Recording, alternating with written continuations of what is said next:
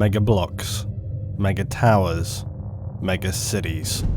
The mega cities of the Dredd universe grew out of the harsh conditions humanity had subjected itself to. These coastal spanning conurbations evolved out of necessity to find a solution to ongoing human overpopulation. While many megacities exist, the most well-known and most documented is of course Megacity 1, the city Judge Dredd resides in. The megacities are the brutalistic but technologically advanced civilian centres, the only true locations of what may aspire to be civilized society in the future. It's left for the judges to try and contain and control the inevitable problems of such high concentrations of humanity on a daily and ongoing basis. Megacities are, just as the name implies, but are more than simply being just a massive city. They go beyond this and occupy whole regions of a former country or continent. They more closely resemble a downscaled ecumenopolis, this is a planet-wide city, than they are just merely a large city. If you were to wander a megacity, their unending urban landscape could easily deceive you into believing that you were walking across an ecumenopolis. Now, the most commonly known megacity, of course, is Dredd's Megacity 1. However, many others are known to exist or have existed at one time. Across the Earth, megacities certainly number anything around 50, some bigger, some smaller, some damaged or destroyed depending on the time period and timeline. The total count could have been as high as in the 70s. Throughout the Dredd timeline, 8 cities are known to have been destroyed, leaving the death toll of these obviously in the many millions. While originally the megacities would have formed part of the still functional outer region of rural areas and ordinary cities in the countries that we know today, after the nuclear wars of 2070, all that would largely remain would be the megacities. During their creation, the concept of instant justice would be incorporated as a necessary part of maintaining an ordered megacity. It was the only solution that seemed feasible for such a massive civilian centre. Originally conceptualised and established for Megacity 1, this style of policing would be adopted by other megacities across the world, including the Soviet megacities, European city-states, Brit City and the Sinner Bloc. Some of the notable megacities are in North America, Megacity 1 on the East Coast, Megacity 2 on the West, and Texas City, sometimes called Megacity 3. In Europe, Eurocity and Britcit both being in Western Europe, while East Meg 1 and 2 also classed in the European area but are actually Soviet cities in that region. In Africa, you have Casablanca, Luxor, Simba City and New Jerusalem. In Asia, Hondo City covering most of Japan with extensive jurisdiction beyond that extending to former South Korea, the Philippines, Indonesia and Malaysia. It's also one of the most technologically advanced cities. The other two notable megacities are Sino City 1 and 2 on former mainland China. In what is known as Oceania, you have the Sydney-Melbourne Conurb, or just Oz. This basically runs the southeastern coast of Australia. New Pacific City is situated on New Zealand, and this is also called Kiwi City. It's known as being the alleged most crime-free state on Earth. In South America, the Pan-Andes or Andean Conurb, Brasilia and South AM City on the west and eastern sides of South America. Both Brasilia and South AM would be destroyed in Judgment Day. There is also, beyond my pronunciation, Ciudad Branquilla. I don't speak Spanish, based on the sprawl of Buenos Aires. Other notable locations include Antarctic City, located south of the Sydney-Melbourne Conurb, Atlantis, located at a midway point in a transatlantic tunnel between Britcit and Megacity 1. There's also Luna 1, a moon-based megacity, and Mars is also worth mentioning as having established megacities. The original megacity though, Megacity 1, was the inspiration for all subsequent developments that would follow around the world. It was originally conceived to house numbers in the tens of millions, but this would rise to the hundreds and later as high as 800 million citizens as Megacity 1's sprawl consumed the entire western coast of the US. Citizens of these vast urban centres live in extremely claustrophobic conditions, and many citizens unsurprisingly do not even have permanent accommodation but instead live as homeless nomads, utilising the city's vast network of public transportation. For logistical and administration purposes, many megacities, including Megacity 1, will be subdivided into sectors. This clearly makes sense when dealing with urban areas that contain large areas of an entire continent. These sectors may of course sometimes be grouped and named through events or localised characteristics, such as Sector 301's Pit. This is considered the worst sector in the city and often is where underperforming judges are designated. Dredd was assigned there in 2118 and left behind a hardened group of judges. The area of Meg Central contains sectors 1 to 20 and includes the Grand Hall of Justice. Meg East contains sectors 21 to 108. Meg South sectors 109 to 160, Meg West sectors 161 to 240, and Meg North sectors 241 to 300. There's also, as part of Megacity 1, an isolated landlocked island known as the Northwest Hab Zone and contains sectors 301 to 305. This area is also connected by a megway from Meg North. While the situation of overpopulation was already critical, after the atomic wars of 2070 and the President of the United States had launched massive nuclear strikes against the rest of the world, and the US subsequently would then receive equal retaliation, only megacities would remain. And while the rest of the world would become wastelands known as the Cursed Earth, these would either be ashen wastelands or contain other severe biological and environmental hazards. In a world that has been largely obliterated by nuclear destruction, the US as it was known ceased to exist, and democracy would eventually be abolished. This is when the judges would become the governing body of Megacity 1. The remains of Russia and China would become the Sov and Sino bloc. Various other areas remained devastated, but with some aid were able to become something of city-states. Most other megacities also adopt a judge system. Almost all have become dictatorships due to the extreme nature of instant justice and a chain of command style structure. In terms of environment though, the global ecosystem of the future is unsurprisingly in a complete state of collapse. Its obliteration by nuclear weapons, radiation and extreme pollution even prior to the nuclear wars have made most species around the globe extinct or bizarre mutated hybrids that have replaced them. There's little hope for the areas known as the Cursed Earth ever being truly habitable again. Instead, humanity leans on the megacities to sustain and protect them. The city blocks within megacities are far from what we would imagine by today's understanding. They're more like contained towns with all applicable amenities like hospitals, schools, shopping, and so on. I know that sounds great, but don't overthink it. This is the horrible reality of the future. Many citizens will never actually leave these blocks, and this, coupled with the 98% unemployment rate and the inevitable tedium that comes with being trapped in one place with little to do, gives rise to the high crime rates noted in nearly all mega cities. This embedded lifestyle also leads to a high sense of loyalty for the citizens within said blocks. And so turf wars between blocks, also known as block wars, lead to riot and compartmentalized wars between two or potentially multiple adjacent blocks. Because of the atomic wars, the citizens of the megacities are essentially trapped within these conurбs, and a subsequently lethargic and deteriorating society exists within them. These citizens are often poorly educated, and with little to do with their time, the judges of megacity take a fairly condescending view of most citizens. This is unsurprisingly doubled down on by the instant and severe justice that is handed out to citizens for often the most mundane of crimes like littering. Now, because most citizens have severely poor education and many being completely illiterate, judges see these as actually positive attributes to enable them to more easily control the citizens.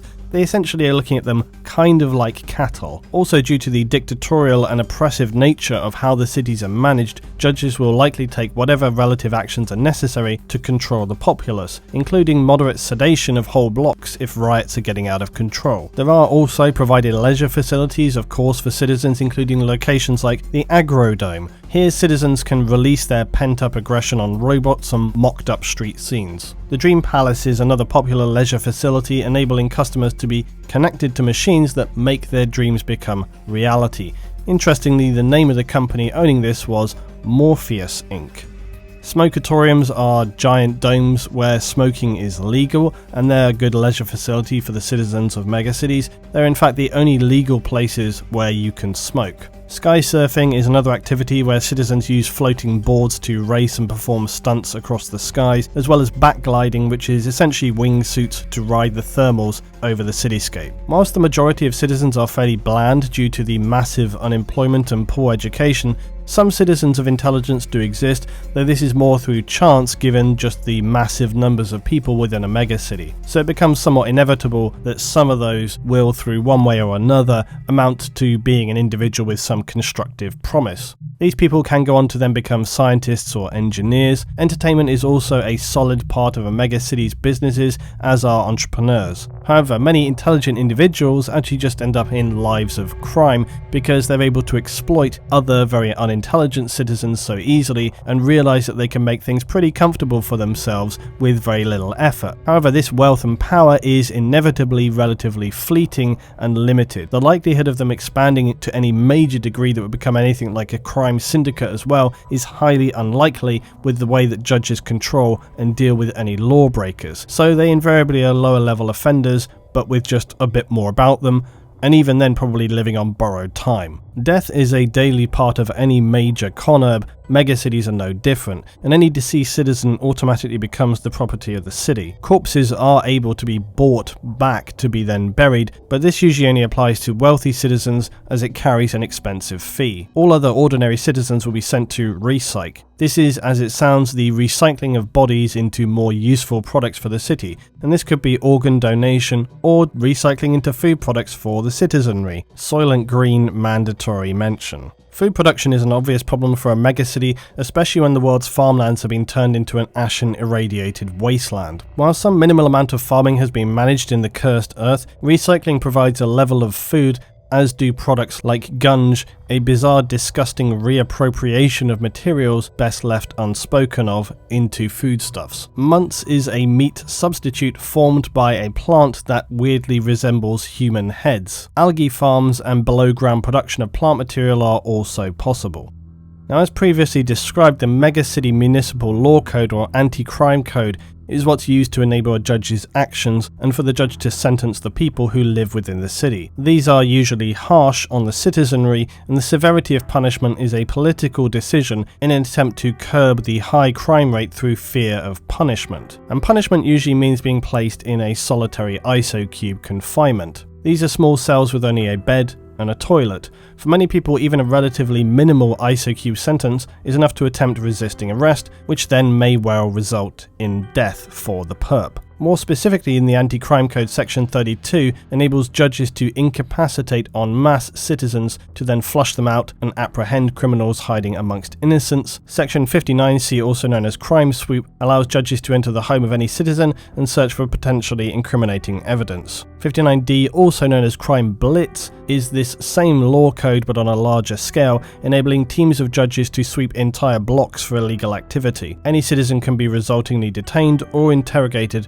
if there's a suspicion of a crime or associated involvement in a crime or just knowledge of a crime. The Code of Law also gives guidelines for a variety of crimes, from the more obvious violent crimes like assault and murder to minor infractions including begging, smoking in public and parking violations, as well of course the classic possession of a pet without a license.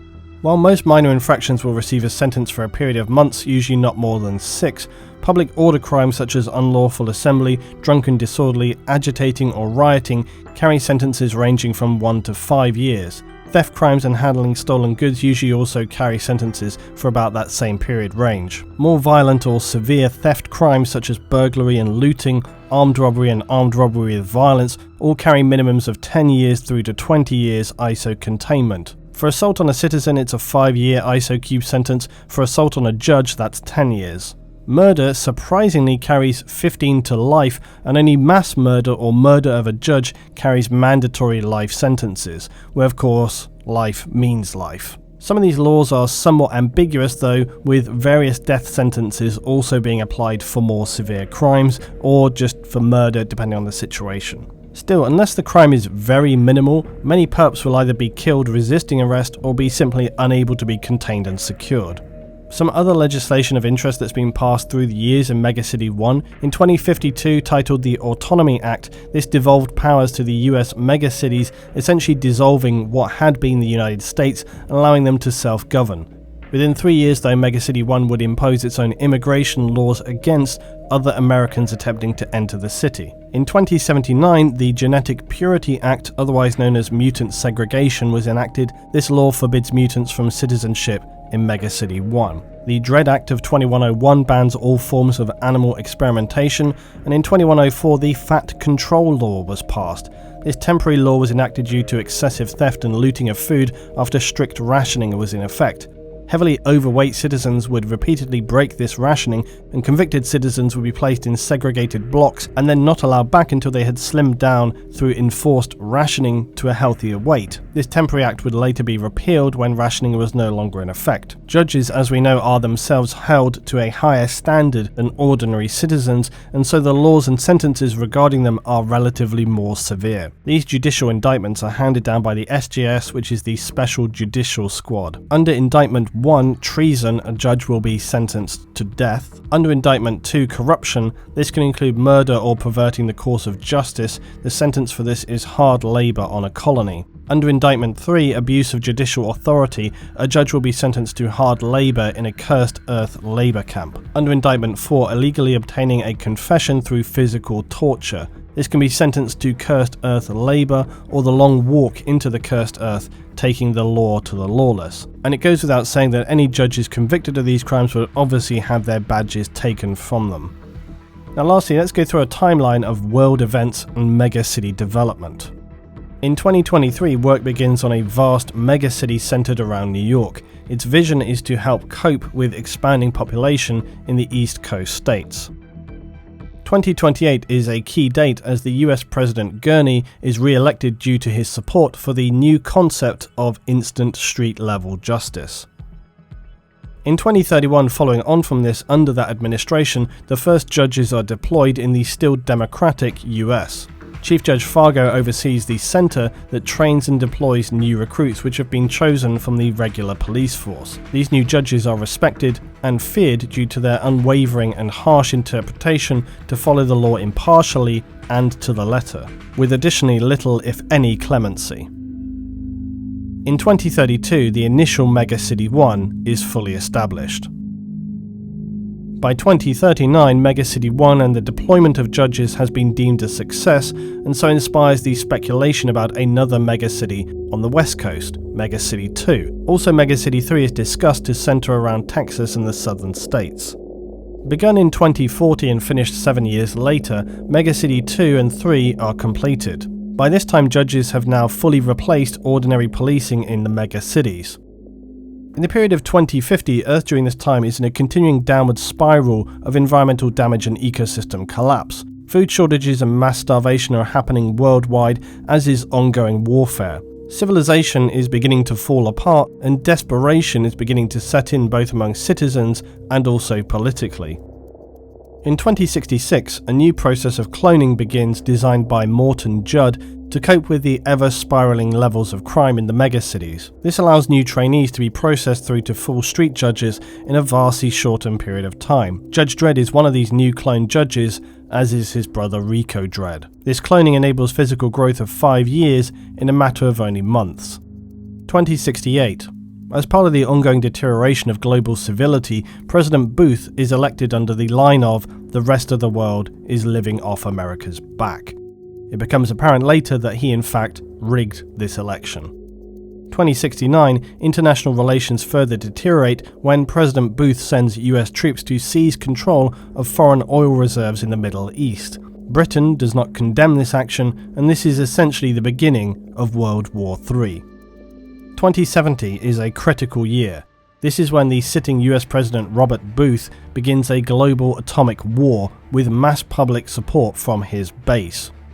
At the same time, senior judges in the Justice Department are considering confronting him over his increasingly erratic behaviour. Booth promises to US citizens that its powerful nuclear defences will protect the country. These in fact will fail, and many retaliatory strikes will get through.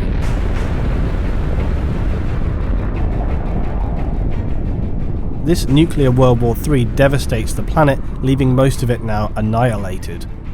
The megacities are the few locations to survive moderately unscathed thanks to experimental defences. As a result of this apocalypse, society continues to decay further, and the judges and military are deployed to maintain order. But at this time, the less disciplined military are continually reprimanded by the far stricter judges for committing crimes whilst actually enforcing order to the city. When it's finally revealed that President Booth rigged the election, on top of causing a global nuclear war, the citizens rise up and call for the Justice Department and the judges to take control.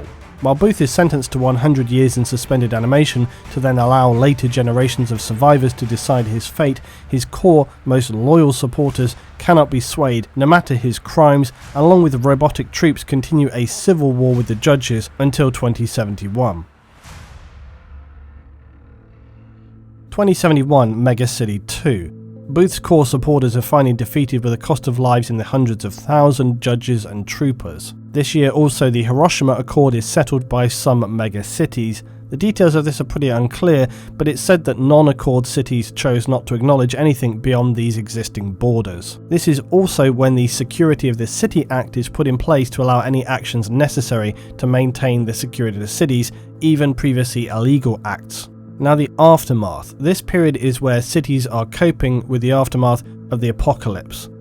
The nuclear war has the majority of those outside the mega cities dead. However, many survivors will still pour into the cities as refugees. This causes continuing and stressful housing production issues to meet their needs. However, the scale of the immigration is also resented for increasing the already claustrophobic conditions of living in the megacities. This resentment towards refugees leads to the enacting of the 2079 Genetic Purity Act to segregate mutants. There are officially designated reasons for this act, such as mutants being more violent and protect the gene pool. However, the likely reasons of those are simply just fear and resentment.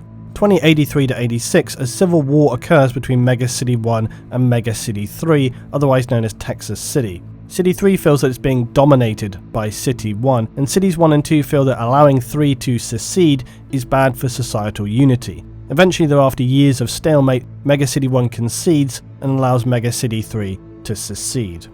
In 2088, Luna 1, the moon colony, is established by all three US mega cities. This is designed to renew the ties between them, and they initially share its running.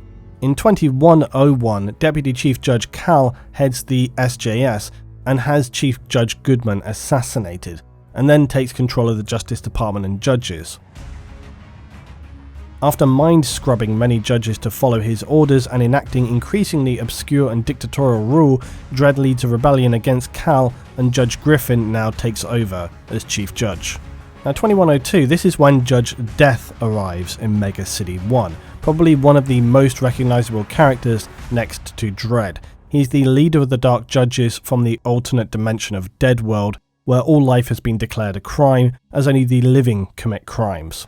Judge Death is essentially a spirit living within a corpse, and so inflicting damage on him is very difficult unless it is severe. Judge Death can create illusions of himself and invade the minds of others with his psi abilities. He also entertainingly enjoys killing his victims in gruesome fashion. This is usually something like lacerating them or even penetrating the chest and then bursting the heart with his hands.